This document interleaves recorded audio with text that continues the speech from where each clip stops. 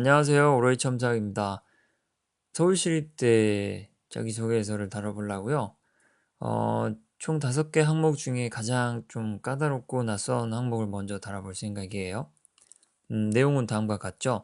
전적대학교에서 수학한 분야와 전학부, 과 분야의 연계성 및 발전 방향. 이 항목이 이야기하고자 하는 바는 전적대학 전공과 조금이라도 매치점이 있거나 혹은 전혀 관계가 없어 보여도 굉장히 관심이 있고 애정이 있어서 활용 가치를 본인이 어떻게든 탐구해낸 것, 그런 결과물들을 적어보라는 항목이죠. 그렇더라도 아무래도 좀 관계가 있을수록 작성하기도 좀 수월하고 그 작성 내용도 수긍할 수 있는 면이 좀 많겠죠. 예를 들면 완전 동떨어진 예체능 계열이 뭐 갑자기 어떤 특정 공학이라든지 이렇게 되면 굉장히 접점을 찾기가 어렵잖아요. 그래서 본인이 수학한 분야에서 답을 찾지 못한다면 그 뭐 학교에서 했던 활동들이 있을 수 있잖아요. 동아리도 있고 뭐 공모전 이렇게 혹은 어떤 전공에서 비슷한 점을 찾는다든지 정 그게 아니면 교양 수업이든 어떤 특정 수업 강의라든 해서 지금 지원하는 강의 지원하는 전공과 어느 정도 유사점이 있는 걸 어떻게든 찾아보면 그래도 이 항목을 채울 수 있는 소지는 발굴이 가능할 거예요. 음, 이번에 제가 다룰 페르소나는 이와 같아요. 정치외교학에서 경영학 지원인데요. 아주 뭐 동떨어진다고는 하기 어렵죠. 성격 자체는 뭐 아주 동떨어졌다고 하긴 어려워요. 정치 외교와 경영학. 그래서 관계를 다루고 뭐 조직을 다루고 효율을 다루고 화합을 다루고 이런 속성들이 두 학문이 다 갖고 있다 보니까 그런 점들만 잘 찾아내서 기입을 하면 충분히 이야기가 성립이 됩니다. 그러면 바로 시작을 해볼게요. 첫 문장은 그냥 정치외교학에서 어떠한 가치관을 갖고 공부를 했는지 이렇게 써야 그 본인이 소개한 내용에서 경영학과 어떤 점이 유사하다라고 끄집어낼 수 있잖아요. 그래서 처음에 시작할 땐 본인이 먼저 들었던, 그러니까 전적대학교 전공에 대한 설명을 시작하고 그 다음에 지원하는 전공을 그 다음 단계에서 이야기하면서 서로 맞는 부분을 찾는 게 순서에 좀 맞다고 봐요.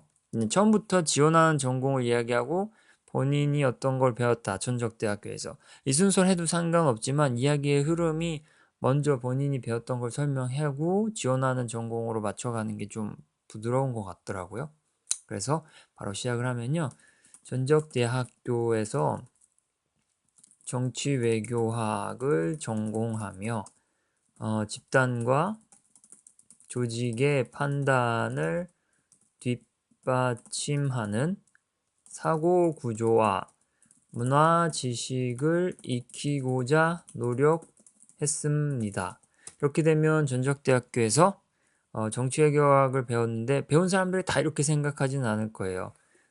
본인은 경영학을 지원하니까 이렇게 생각을 추려낸 거죠. 집단과 조직의 판단, 사고, 구조, 그리고 거기에 얽혀있는 문화지식을 좀 더 관점을 거기에 두고 공부를 했다. 이런 내용이죠. 그래서 여기에 덧붙이자면 이제 정치 외교에는 역사가 있잖아요. 또 경영학도 당연히 역사를 바탕으로 하고요. 그래서 역사 이야기가 나오면 좋을 것 같아서 다음 문장은 역사 이야기를 할 겁니다.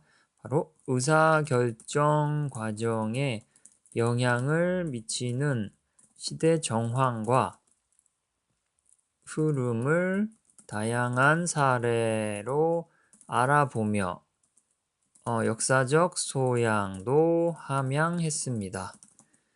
이렇게 해서 역사적 소양까지, 그러니까 전적대학교 전공에서 가르치고자 하는 바는 다 열심히 배워놓으라 라고 이야기하는 거죠.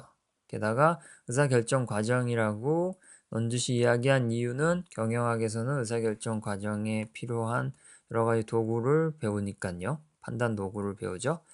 그래서 일단 정치 외교에 대한 이야기는 여기까지 하고요. 이제는 지원하는 경영학 이야기가 나와야 되겠죠. 여기서는 마찬가지로 큰 틀로 한번 문장을 던져주고 그 문장을 맞춰가는 방법으로 맞춰갈 때는 구체적인 이야기들을 하나하나 서술에 나아가는 그렇게 방향을 잡는 게 좀 작성하기가 쉬워요. 일단 큰 틀로는 경영학 이야기를 시작하죠. 경영학 자체는 뭐 내부와 외부의 그런 마찰음 혹은 기회를 찾아내는 전략적인 활발한 움직임 뭐 이런저런 것들이 다 고려 대상이죠. 그래서 정치와 관련되려면 내부와 외부를 균형감 있게 바라보고 또 거기에서 조화를 찾는 그런 기술을 익히는 그런 이야기가 좀 나와야 할 것 같아요. 그래서 여기서 기업은 내부 조직과 대내외 환경 변수를 토대로 성장 기회를 발굴하고 유지하는 데 주력합니다. 경영학을 이야기 전에 기업을 먼저 얘기했어요. 뭐 기업이 있어야 경영학이 있다라고 좀 일반화하기는 우습지만 그래도 기업을 이야기하면 경영학 이야기가 좀 쉽잖아요. 그래서 이렇게 했고요. 이 다음에 바로 이제 경영학은 반드시 나와야 되겠죠. 아직까지 경영학 얘기를 안 했잖아요.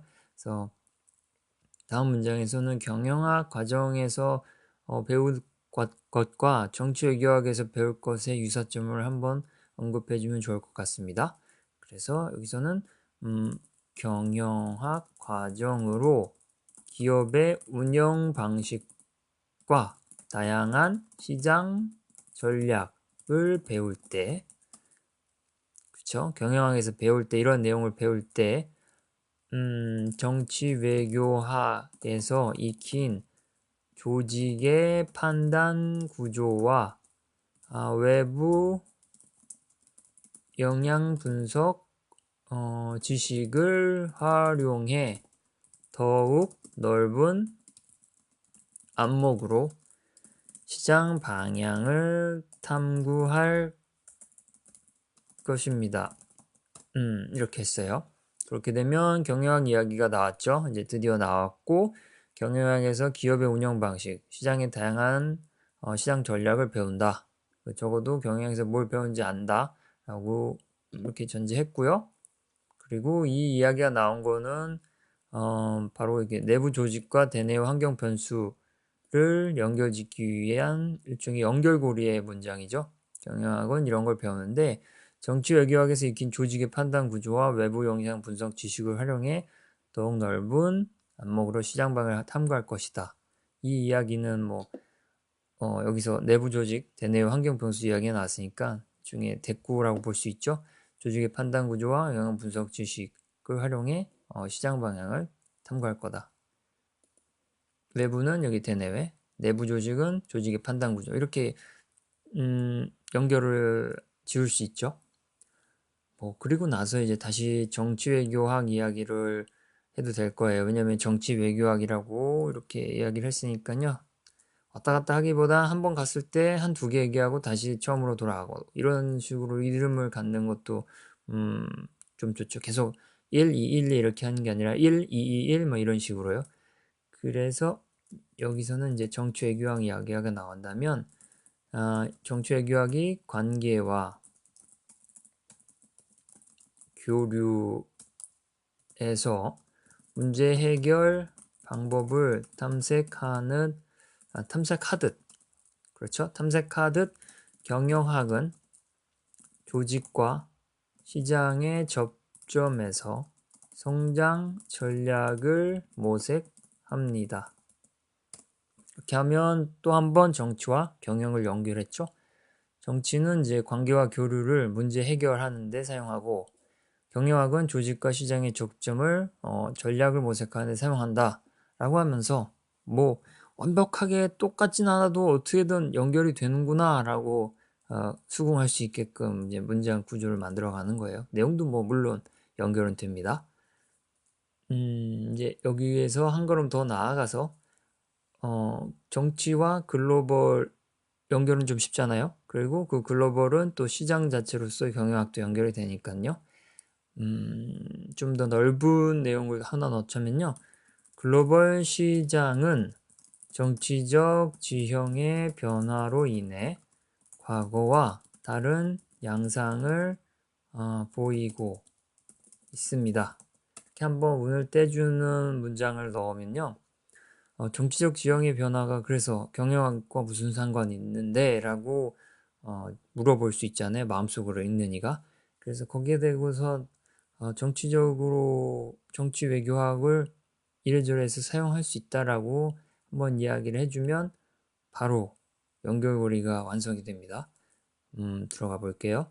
정치적 안목으로 대외 리스크를 면밀히 탐구하며 기업인으로서 효율적인 성장을 일궈내는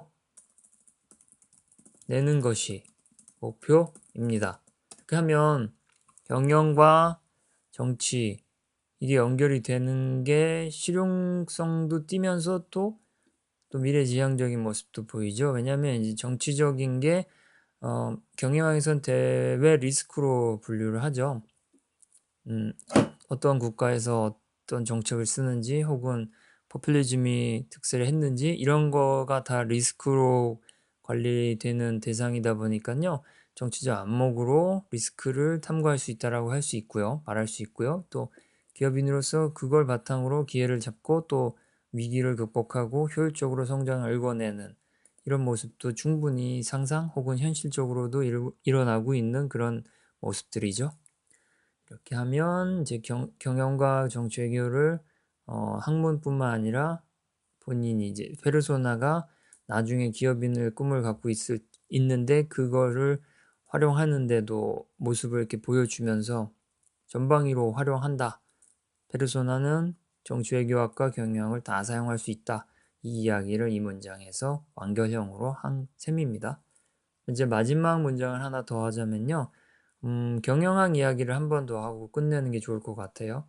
또 연결성은 충분히 얘기했으니까 이제 발전 방향으로 하나 더 이야기를 해보죠. 경영학을 배운다는 것 결국 뭐 다양한 전략 구사 방법도 익히지만 또 기업을 운영하는 방법도 익히는 거고요. 결과적으로는 이 모든 것들이 시장 흐름을 읽는 데 도움이 되겠죠. 그리고 시장 흐름이라는 그 단어 자체가 갖고 있는 게 너무 크니까 시장 흐름을 읽고서는 경영이 아무리 우수한 수완을 발휘한다 해도 한번 흐름을 읽게 되면 되돌리기가 어려운 게 현실이니까요. 시장 흐름이라는 말 자체, 그 어휘가 갖고 있는 힘이 상당해요. 그래서 그 내용을 한번 넣어주면 좀 더 신뢰가 간다고 생각합니다. 그럼 바로 하면요. 경영학 과정에서 다양한 사례를 다루며 정치와 외교 지식을 복합적으로 활용해 시장 흐름을 읽어내겠습니다. 이렇게 하면 발전 방향까지 학문 내부에서 이뤄낼 수 있는 목표라고 할 수 있겠죠. 시장 흐름을 읽어내는 능력. 이렇게 해서 거기다가 또 정치와 외교 지식을 한 번 더 넣으면서 이 항목이 요구하는 바에 최대한 충족하게끔 노력을 한 모습도 보였어요. 네, 뭐 이렇게 전체 이 한 항목의 글자 수 제한이 있진 않아요. 2페이지로 써야 되는 건데 다른 항목도 채워야 되니까요. 대충 이 정도 분량이면 다른 것과 균형을 이루는 셈이죠. 써보면 이 정도 분량이 맞다는 거를 이제 알 수 있어요. 네. 그러면 이 정도로 하고요. 다음 시간에도 뭐 중요한 항목이 있으면 그걸 다시 한번 또 다뤄보겠습니다.